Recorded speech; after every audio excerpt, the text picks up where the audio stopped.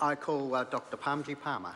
Mr. Speaker, I'm not on the Law and Order Select Committee, so it's a real privilege for me to be able to take this call to support the Policing Cost Recovery Amendment Bill in its second reading.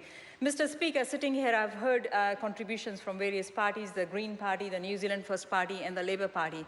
And Mr. Speaker, I have to say that it's really appalling to see that they are not supporting this bill that is to support our police force. Because, Mr. Speaker, our police officers, they work really hard.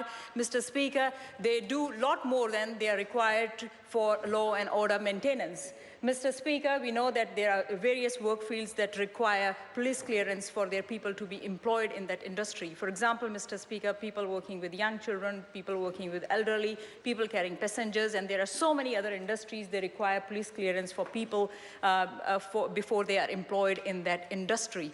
Mr. Speaker, these kind of requests for police clearance can be made on an individual basis.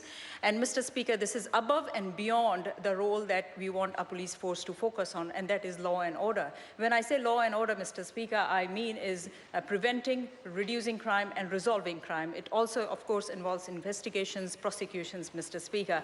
Mr. Speaker, it's a right move, because this will provide the ability for our police force to recover the cost of such services, and this will also shift the cost from the taxpayer-funded service to individually paid service, Mr. Speaker, because as we have heard that it is the individual that requests for that police clearance is actually going to benefit from that police clearance.